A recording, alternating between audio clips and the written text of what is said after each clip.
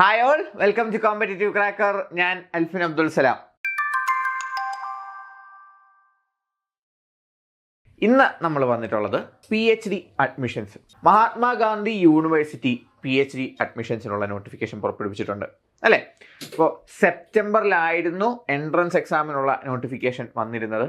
അതിനുശേഷം ഡിസംബർ 1 മുതൽ ജനുവരി 1 വരെ, അതായത് ഡിസംബർ 31 വരെ നമുക്ക് PhDക്കുള്ള നമ്മുടെ ആപ്ലിക്കേഷൻ സമർപ്പിക്കാനുള്ള അവസരമാണ് അല്ലേ?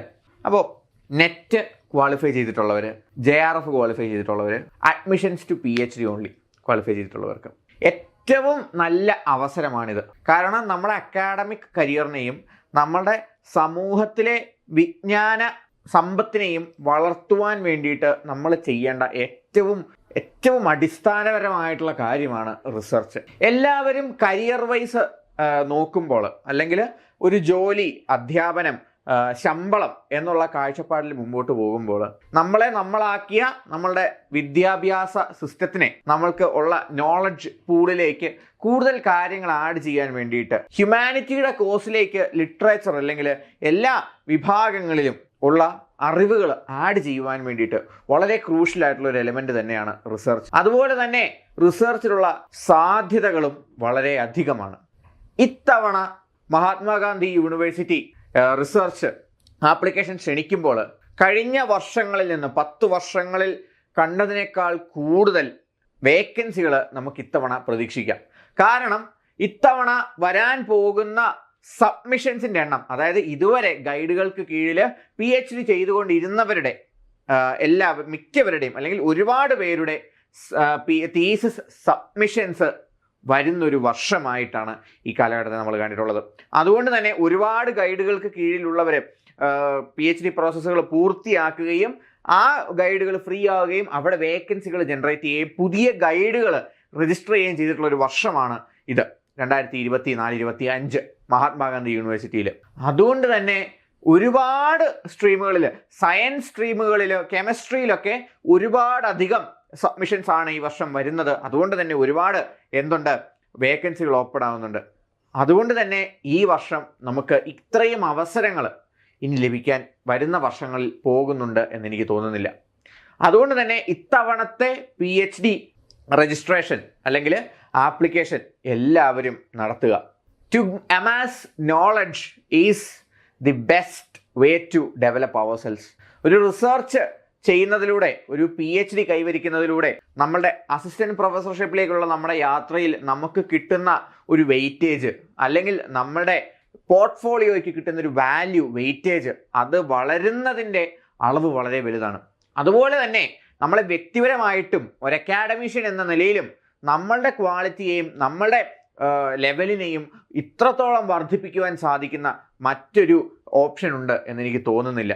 അതുകൊണ്ട് തന്നെ നെറ്റ് ക്വാളിഫൈ ചെയ്തിട്ടുള്ളവർ, PhD ക്വാളിഫിക്കേഷൻ ചെയ്തിട്ടുള്ളവർ, JRF അവാർഡ് ലെറ്റർ ലഭിച്ചിട്ടുള്ളവർ എങ്ങനെയാണെങ്കിലും ഇത്തവണത്തെ PhDക്ക് രജിസ്റ്റർ ചെയ്യുക തന്നെ വേണം. അപ്പോൾ നമുക്ക് എന്താണ് നോട്ടിഫിക്കേഷൻ എന്ന് നോക്കാം. മോഡ് ഓഫ് സെലക്ഷൻ നമ്മൾ പറഞ്ഞ പോലെ തന്നെ എൻട്രൻസ് ടെസ്റ്റ് ഉണ്ടായിരുന്നു സെപ്റ്റംബറിൽ. അത് ക്വാളിഫൈ ചെയ്തിട്ടുള്ളവർ, UGC നെറ്റ് ക്വാളിഫൈഡ് ചെയ്തിട്ടുള്ളവർ ആൻഡ് PhD പ്രോഗ്രാമിൽ ഡോക്ടറൽ ഇൻ്റർവ്യൂവിന് വേണ്ടിയിട്ട് ഡയറക്റ്റ് കോൾ ചെയ്യപ്പെടുകയാണ് ഇവരെ ചെയ്യുന്നത്. Doctoral interviews of each subject will be conducted as per the directions in articles titled and dated 6/1/2023. അങ്ങനെയുള്ള ബേസിസിലാണ് ഈ പ്രത്യേക നോട്ടീസിൽ പറഞ്ഞിട്ടുള്ള ബേസിസിലായിരിക്കും ഡോക്ടറൽ ഇൻ്റർവ്യൂസ് നടത്തുന്നത്. അതിൽ ആരാണ് സെലക്ട് ചെയ്യപ്പെടുന്നത്? 100 മാർക്കായിരിക്കും ഉണ്ടാകുന്നത്. അതിൽ 70 മാർക്കും എൻട്രൻസ് അല്ലെങ്കിൽ നെറ്റിൻ്റെ സ്കോറുകളായിരിക്കും. And 30% weightage will be for the interview അല്ലേ? 30% വെയിറ്റേജ് ആണ് നമുക്ക് എന്തിനുള്ളത്? ഇൻ്റർവ്യൂവിന് ഉള്ളത് അല്ലേ? UGC net examination 2024 and university entrance examination കണ്ടോ? To the candidates qualified through the UGC net examination 2024 കണ്ടോ? 2024 നടന്ന UGC നെറ്റ് എക്സാമിനേഷനിൽ പാസ്സായിട്ടുള്ളവർക്ക് എത്രയാണ്? 70% മാർക്ക് അവരുടെ UGC നെറ്റ് സ്കോറിൽ നിന്നും 30% ഇൻ്റർവ്യൂവിൽ നിന്നുമായിരിക്കും. But the mark will be in 100 for the interview, for those who have qualified the NET examination before 2024 and other entrance exempted categories. കണ്ടോ, അങ്ങനെ ഏതാണ് എൻട്രൻസ് എക്സാം എക്സംപ്റ്റഡ് ആയിട്ടുള്ള കാറ്റഗറീസിലുള്ളവർക്കും 2024 മുമ്പ് നെറ്റ് ക്വാളിഫൈ ചെയ്തിട്ടുള്ളവർക്കും ഇന്റർവ്യൂവിന്റെ മാർക്ക് എത്രയിലായിരിക്കും? 100-ലായിരിക്കും. അപ്പൊ കഴിഞ്ഞ തവണ നെറ്റും PhD ഒക്കെ ക്വാളിഫൈ ചെയ്തിട്ടുള്ളവർക്ക് കൂടുതൽ എളുപ്പമായിരിക്കും PhD ആപ്ലിക്കേഷൻ. രജിസ്ട്രേഷൻ ഫീ പ്രകാരമാണ് ജനറൽ കാറ്റഗറിക്ക് 1225 രൂപ, SC/ST കാൻഡിഡേറ്റ്സിന് 920 രൂപ, ഫോറിൻ നാഷണൽ കാൻഡിഡേറ്റ്സിന് 4900 രൂപ. ഇത്രയുമായിരിക്കും രജിസ്ട്രേഷൻ ഫീസ്. പിന്നെ എന്തൊക്കെയാണ്? നമ്മൾ ആപ്ലിക്കേഷൻ പ്രൊസീജിയർ പൂർത്തിയാക്കി 5 ദിവസത്തിനുള്ളിൽ കണ്ടോ ആപ്ലിക്കേഷന്റെ ലാസ്റ്റ് ഡേറ്റിന് 5 ദിവസത്തിനുള്ളിൽ നമ്മൾ എന്ത് ചെയ്യണം? യൂണിവേഴ്സിറ്റിയിൽ നമ്മൾ അപ്ലൈ ചെയ്യണം. അതിലെന്താണ്? A4 സൈസിലായിരിക്കണം നമ്മുടെ പ്രപ്പോസൽ അല്ലെങ്കിൽ നമ്മുടെ hard copy of the application നമ്മൾ സബ്മിറ്റ് ചെയ്യേണ്ടത്. എന്തൊക്കെയാണ് നമ്മൾ എന്ത് ചെയ്യണം? റിസർച്ച് പ്രപ്പോസലിൽ കണ്ടോ ഹാർഡ് കോപ്പിയുടെ കൂട്ടത്തിൽ ആപ്ലിക്കേഷന്റെ കൂട്ടത്തിൽ നമ്മൾ എന്തും കൂടെ സബ്മിറ്റ് ചെയ്യണം? നമ്മൾ റിസർച്ച് പ്രപ്പോസലും കൂടെ സബ്മിറ്റ് ചെയ്യണം. എന്തൊക്കെയാണ് റിസർച്ച് പ്രപ്പോസലിൽ വേണ്ടത്? shall be superscribed as research proposal, name and address of the candidate, ഏത് ഡിസിപ്ലിനിലാണ് നമ്മൾ തീസിസ് ചെയ്യുന്നത്, നമ്മൾ റിസർച്ച് വർക്കിന്റെ ടൈറ്റിൽ, നമ്മൾ റിസർച്ച് വർക്കിന്റെ ഏരിയ, ഇത്രയും കാര്യങ്ങൾ നമ്മൾ എന്ത് ചെയ്തിരിക്കണം? അതിൽ ഉൾക്കൊള്ളിച്ചിരിക്കണം. പിന്നെ introduction including related studies, importance and rational of studies, objectives or research problem or hypothesis, methodology including methods, sample and design of work, tentative work schedule, bibliography, reference. ഇത്രയും കാര്യങ്ങൾ നമ്മൾ എന്ത് ചെയ്യണം? ഇതിൽ ഇൻക്ലൂഡ് ചെയ്യണം. എന്തിൽ ഇൻക്ലൂഡ് ചെയ്യണം? നമ്മളുടെ പ്രൊപ്പോസലിൽ നമ്മൾ ഇൻക്ലൂഡ് ചെയ്യണം. ഓക്കെ, ഇത്രയും കാര്യങ്ങൾ നമ്മൾ എന്തിൽ ഇൻക്ലൂഡ് ചെയ്യണം? റിസർച്ച് പ്രപ്പോസലിൽ ഇൻക്ലൂഡ് ചെയ്യണം. ഇതാണ് നമ്മൾ എന്ത് ഹാർഡ് കോപ്പി ഓഫ് ആപ്ലിക്കേഷൻ്റെ കൂടെ ആപ്ലിക്കേഷൻ ഹാർഡ് കോപ്പി നമ്മൾ യൂണിവേഴ്സിറ്റിയിൽ സബ്മിറ്റ് ചെയ്യുന്ന കൂട്ടത്തിൽ റിസർച്ച് പ്രപ്പോസലും കൂടെ സബ്മിറ്റ് ചെയ്യേണ്ടതുണ്ട്. എപ്പോഴാണ് സബ്മിറ്റ് ചെയ്യേണ്ടത്? Print outs of the online application submitted should be downloaded and may be submitted with all the hard copies of relevant documents within 5 days from the last date of application. ആപ്ലിക്കേഷന്റെ last ഡേറ്റിന് 5 ദിവസം മുമ്പ് നമ്മൾ എന്ത് ചെയ്യണം? ഇത് download ചെയ്ത് print ചെയ്ത് യൂണിവേഴ്സിറ്റിയിൽ എത്തിക്കണം. ഓക്കെ, ഇനി എങ്ങനെയാണ് ആപ്ലിക്കേഷൻ അല്ലെങ്കിൽ എന്തൊക്കെയാണ് നമുക്ക് അപ്ലൈ ചെയ്യുമ്പോൾ PhDക്ക് വേണ്ടി നമ്മൾ അപ്ലൈ ചെയ്യുമ്പോൾ എന്തൊക്കെ ഡോക്യുമെന്റ്സ് ആണ് നമുക്ക് വേണ്ടത്? ഫോട്ടോ ഐഡന്റിറ്റി കാർഡിന്റെ കോപ്പി, പാസ്പോർട്ട് ആവാം, പാൻ കാർഡ് ആവാം, ഇലക്ഷൻ ID ആവാം.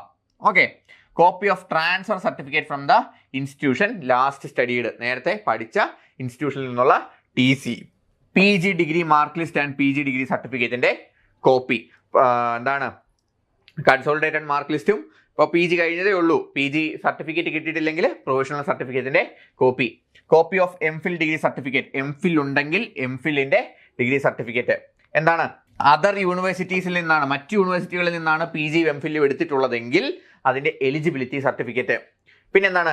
Equivalency certificate for those who propose to do research in particular discipline with PG from other universities in a discipline not offered by this university.